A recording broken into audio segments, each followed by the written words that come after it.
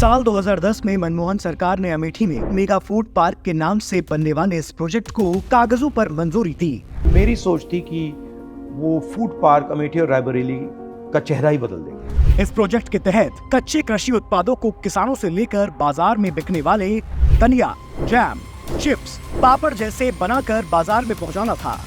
इसके लिए करीब 70 एकड़ जमीन का अधिग्रहण किया जाना था, जिसमें करीब 50 एकड़ जमीन पर 35 फैक्ट्रियां लगनी थी और बाकी जमीन गोदाम और ट्रांसपोर्ट के लिए यूज होने वाली थी। यूपीए की सरकार ने इस प्रोजेक्ट की जिम्मेदारी आदित्य बिरला ग्रुप की कंपनी इंडो गल्फ फर्टिलाइजर को दी थी। साल 2012, 2 साल तक ये योजना कागजों पर ही दौड़ती रही।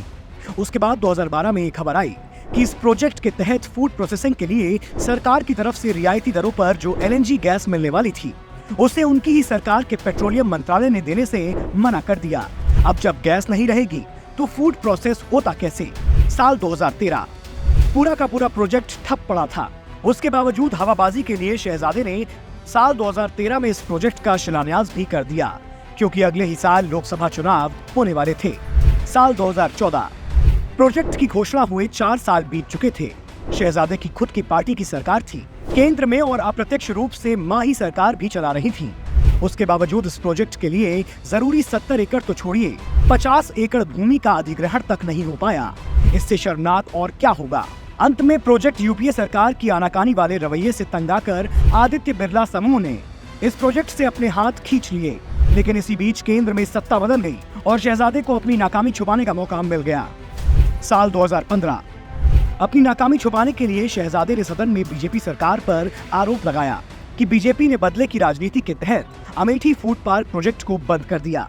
लेकिन ये नहीं बताया कि उसकी ही सरकार में 7 बार इस प्रोजेक्ट का एक्सटेंशन दिया था और पत्र लिखकर ये भी कहा था कि 31 मार्च 2014 तक अगर ये प्रोजेक्ट पूरा नहीं हुआ तो उसके बाद कोई एक्सटेंशन नहीं दिया जाएगा और इसे बंद कर दिया जाएगा। मोदी सरकार ने तो फिर भी जून 2014 में एक और एक्सटेंशन दिया था, उसके बावजूद पूरा नहीं हो पाया तो इस प्रोजेक्ट को बंद करना पड़ा।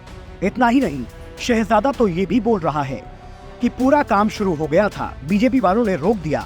लेकिन हकीकत देख लीजिए, ये वही जमीनें हैं जहां फूड पार्क बनाने का ये दावा कर रहा है। क्या आपको टूटी फूटी ईंटों और खाली जमीनों के अलावा कुछ दिख रहा है? उसके बावजूद ये शहजादा ख्याली पुलाव पका रहा है, क्योंकि इसको विदेश जाकर ऐश करने से फुर्सत मिलती तो ना फूड पार्क बनाने में सोच पाता। इसलिए इस चुनाव में उसे चुनिए जो आपके लिए बिना छुट्टी लिए 18-18 घंटे काम करे, ख्याली पुलाव ना पकाए।